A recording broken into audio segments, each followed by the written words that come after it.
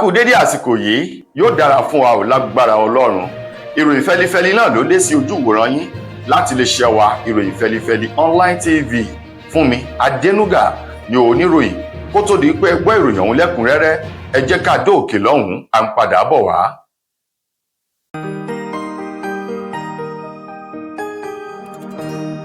Ìròyìn fẹlifẹli TV,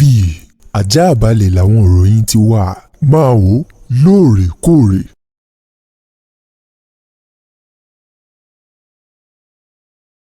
Ẹ káàbọ̀ padà, ìròyìn rẹ̀ lẹ́kùnrẹ́rẹ́. Igbákejì ààrẹ tẹ́lẹ̀ rí lórílẹ̀‐èdè wa Nàìjíríà Àtíkù Abubakar ló ti bu ẹnu àtẹ́ lu ìgbésẹ̀ tí àjọ tó ń gbógun ti wà ìbàjẹ́ ṣíṣe owó ìlú kùmọ̀kùmọ̀ tí wọ́n gbé o lórí wípé wọ́n fi ọwọ́ òfin gbé eyín ọmọ aṣòfin tẹ́lẹ̀ yìí tí ṣe gómìnà tẹ́lẹ̀ rí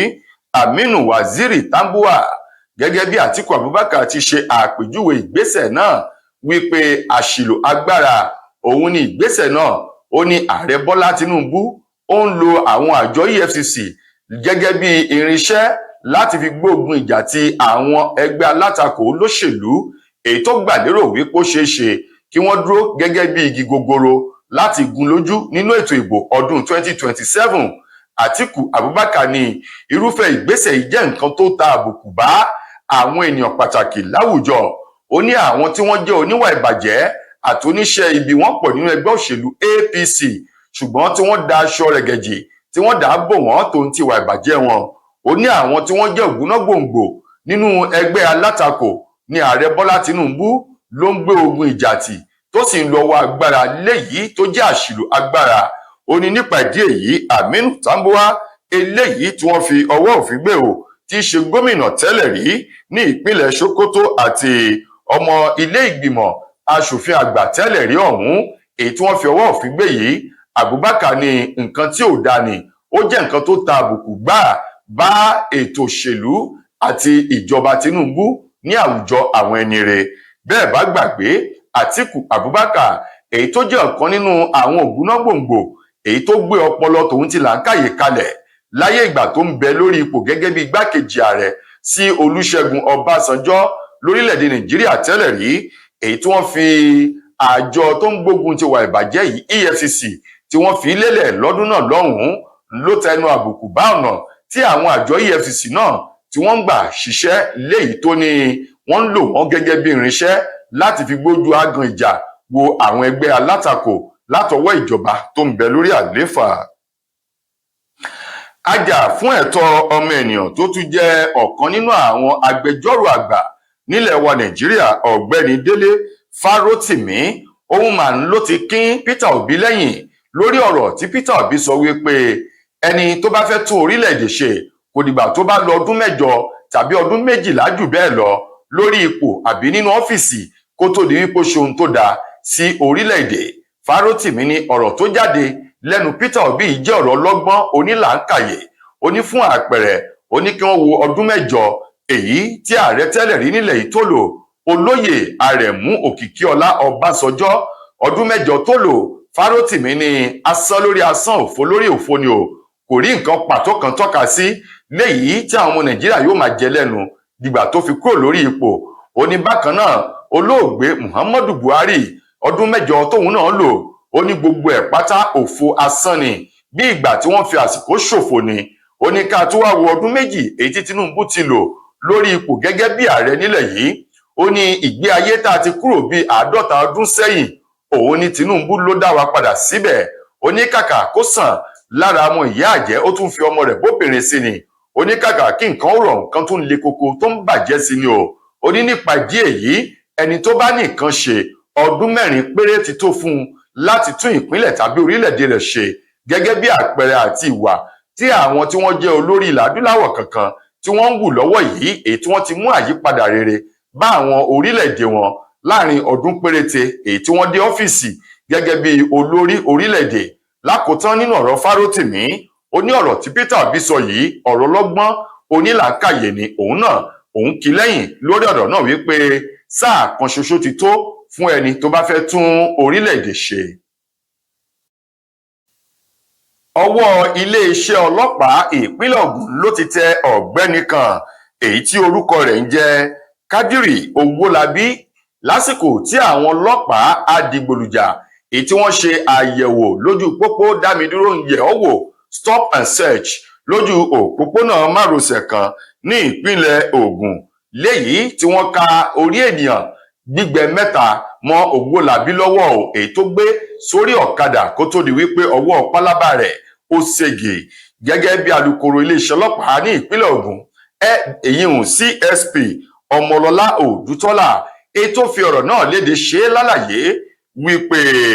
látàrí akitiyan èyí tí àwọn ọlọ́pàá tó ṣe àyẹ̀wò àwọn ọkọ̀ lójú pópó ṣe ló fún wọn ní iṣẹ́ ọ̀hún láṣeyọrí èyí tí wọ́n ka orí ènìyàn gbígbẹ mẹ́ta mọ́ ọ̀gbẹ́ni Kádírì Owólabí lọ́wọ́ gẹ́gẹ́ bó ti sọ ìṣẹ̀lẹ̀ yìí ṣẹlẹ̀ ó ní ìlú Ìjẹ̀bú Òde ní ìpínlẹ̀ Ògùn lásìkò tí àwọn ọlọ́pàá tó wá láti Àwà Ìjẹ̀bú tí wọ́n ṣiṣẹ́ wọn lójú pópó ní nǹkan bíi aago 2 ọ̀sán ọjọ́ Ajé ọ̀sẹ̀ tí a wà nínú rẹ̀ yìí ní ojú òpópónà márosẹ̀ Ìjẹ̀bú Òde síbàdàn èyí tí wọ́n ní lágbègbè kan tí wọ́n ń da àwọn ìdọ̀tí sí ń làwọn ọlọ́pàá náà ti dá ọ̀kadà ọ̀hún dúró tí wọ́n sì rí nǹkan tó ń bẹ nínú àpò rẹ̀ èyí tó wú kí wọ́n tó mọ̀ wípé orí ènìyàn ní ń bẹ nínú àpò náà ní agbègbè Òru Ìjẹ̀bú níbẹ̀ níṣẹ̀lẹ̀ yìí ti ṣẹlẹ̀ Ọmọlọ́lá ní báyìí wọ́n ti gbé Owólabí wá sí olúléeṣẹ́ ọlọ́pàá láti bẹ̀rẹ̀ ìwádìí lẹ́nu rẹ̀ àwọn tó ń tà á fún àti àwọn tí wọ́n jọ ń so pàǹpápọ̀ láti ṣe irúfẹ́ iṣẹ́ ibi èyí tó tàbùkù láwùjọ àwọn ẹni rere. Ẹ̀wẹ̀ ọwọ́ àjọ Àmọ̀tẹ́kùn ẹ̀ka ti ìpínlẹ̀ Ògùn ló ti tẹ àwọn èèyàn 5 kan báyìí fún ẹ̀sùn ìdígunjalè síso pàǹpápọ̀ dídà àlàáfíà agbègbè láàmú àti àwọn iṣẹ́ ibi míì èyí tí wọ́n mú wọn fún gẹ́gẹ́ bí ọ̀gá àgbà àjọ Àmọ̀tẹ́kùn ní ìpínlẹ̀ Ògùn èyí tó fi ọ̀rọ̀ náà léde ajagunfẹ̀yìntì Brigadier General Aládé Adédìgbà èyí tó fi ọ̀rọ̀ náà léde fún àwọn oníròyìn nílùú Abẹ́òkúta lónìí tí í ṣe ọjọ́ Ìṣẹ́gun sọ di mímọ̀ wípé nǹkan bíi aago 2:30 ọ̀sán lọ́jọ́ Ajé lójú òpópónà márosẹ̀ Èkó sílẹ̀ Ìbàdàn ni wọ́n ti rọ́wọ́ tó àwọn afurasí 5 náà lásìkò tí wọ́n bà ọ̀pọ̀lọpọ̀ àwọn dúkìá jẹ́ tí wọ́n tún bà kẹ̀kẹ́ ẹlẹ́sẹ̀ mẹ́ta èyí tí wọ́n bà méjì rẹ̀ jẹ́ tí wọ́n sì jagbà àti ìwà ìdígunjalè èyí tí wọ́n mú àwọn 5 ọ̀hún fún gẹ́gẹ́ bí wọ́n ti fi ọ̀rọ̀ ọ̀hún léde àwọn 5 náà tí ẹni tó jẹ́ ọ̀gá àgbà àjọ Àmọ̀tẹ́kùn ìpínlẹ̀ Ògùn gẹ́gẹ́ bó ti sọ ló fi orúkọ wọn léde tòǹtì ọjọ́ orí wọn èyí tí wọ́n pè ní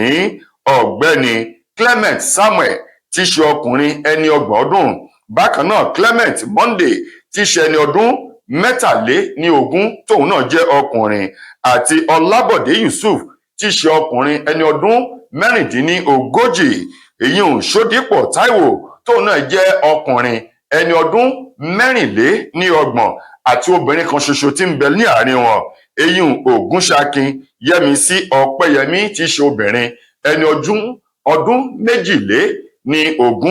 ó ní gbogbo wọn pátá ni wọ́n ti rọ́wọ́ tó báyìí tí wọ́n sì ti wà ní àyè tí wọ́n ti ń bẹ̀rẹ̀ àwọn ọ̀rọ̀ lẹ́nu wọn léyìí tí wọn yóò taari wọn lọ ilé ẹjọ́ láìpẹ́ tí wọ́n bá ti parí ìwádìí. Lákòótán nínú ìròyìn wa fún tòní. Mo kí gbogbo ojú tí wò mí ti ń gbọ́ mi jákèjádò orígun mẹ́rẹ̀ẹ̀rin àgbáyé. Orúkọ mi ni Ambassador Àkànfẹ́ Ìwò tí mo jẹ́ agbẹnusọ fún iléeṣẹ́ X2 Ultimate Aba International Limited. Níléeṣẹ́ wa bí láti màmọ̀ dájú nǹkan kan tí eléyìnbó ń pè ní health is wealth. Ìlera lọ́rọ̀ kì í ṣàfẹnujẹ́ nìkan tá a bá ń gbọ́ ọ̀nì sétí torí gbogbo lọ́gbọ̀n àwọn èèyàn ni wọ́n ń kojú àìsàn tí a pè ní ìfúnpá gíga. Ìdí nìyí tí iléeṣẹ́ X2 Ultimate Aba fi ṣètò oògùn ìfúnpá gíga fún ní powder àti ní olómi. Kò tán síbẹ̀ oògùn ìtọ̀ ṣúgà ó wà ní iléeṣẹ́ X2 Ultimate Aba International Limited ní powder àti ní olómi. Òun náà lẹ̀ ń wò yìí oògùn ọ̀pẹ́ ẹ̀yìn wà tí a ti ṣe lọ́jọ̀ fún ẹni tó bá ń kojú ọ̀pẹ́ ẹ̀yìn torí gẹ́gẹ́ bí ìṣòro iléeṣẹ́ wa níbí ní oògùn ẹ̀ tó lè bá wọn tán rẹ̀ lójú ọgbọ́n. Bákan náà ogunlọ́gọ̀ àwọn èèyàn ni wọ́n jẹ́ oníbìísí tí wọ́n ti rora wọn pín wípé Ọlọ́run ò lè ṣe ṣùgbọ́n tó jẹ́ pé àìsàn kan sómìíràn ní kọjú ọmọ bíbí wọn. Ó wà ní iléeṣẹ́ X2 Aba International Limited fún ìwòsàn fún àwọn oníbìísí. Kò tó síbẹ̀ o a ní ọ̀pọ̀lọpọ̀ oògùn tí a ṣe létò fún ẹni tó bá jẹ́ ẹni tó bá ní ikùn gbẹ̀ndù tó jẹ́ pé ọ̀rá ti pọ̀ jù lára ẹ̀ ó máa bá wa burn fat àpè ní X2 burn fat fún obìnrin àti fún ọkùnrin. Bákan náà ní iléeṣẹ́ X2 Ultimate Herbal International. Gbajúgbajà èyí tó ń ṣẹ̀fẹ̀ tó tún sọ̀rọ̀ lórí ìkànnì ayélujára TikTok eyín Pella mà ló ti ké gbàjarè síta lórí owó gọbọi kan èyí tí ìjọba ìpínlẹ̀ Èkó gbé kà á lórí o gẹ́gẹ́ bí owó orí ní sísan lórí àwọn dúkìá èyí tó kó jọ. Pella èyí tó pariwo wípé owó ọ̀hún ó ti ga ju ọjọ́ orí òun lọ,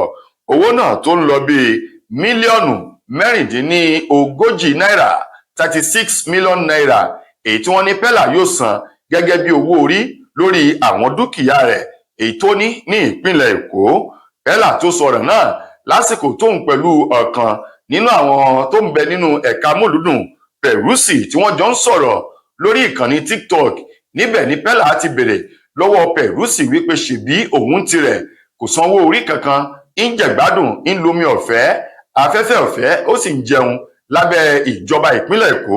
kó tó di wípé Peruzzi fún ní èsì wípé owó èyí tí wọ́n ní kí Pella ó san yìí ti ṣe mílíọ̀nù mẹ́rìndínlógójì náírà 36 million naira. Ó ní owó ìdákọ̀mú ni lẹ́gbẹ̀ẹ́ owó orí èyí tí ìjọba ìpínlẹ̀ Èkó gbélé òun lórí tóun sì ti ń sanwó náà bọ̀ fún ọ̀pọ̀lọpọ̀ ọdún sẹ́yìn títí di àsìkò tí òun pẹ̀lú Pella ń sọ̀rọ̀. Pella tó fi kún nínú ọ̀rọ̀ rẹ̀ wípé kí ìjọba ìpínlẹ̀ Èkó dákun dábọ̀ kí wọ́n fi ojú àánú wo òun, ọmọ kékeré ọ̀dọ́ ni òun, Ọlọ́run ṣẹ̀ bẹ̀rẹ̀ sí ní gbé ògo òun ga láàrin ọdún tó kọjá yìí ni o, wípé owó náà ó ju ọjọ́ orí òun jù gẹ́gẹ́ bí ọ̀rọ̀ tó fi léde lórí ìkànnì ayélujára. Tó ẹ̀yin èèyàn wa,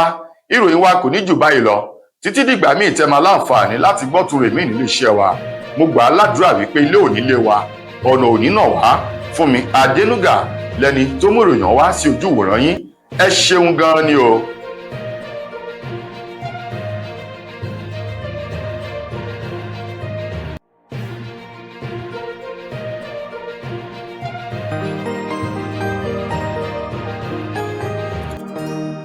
Ìròyìn Fẹ́lifẹ́li TV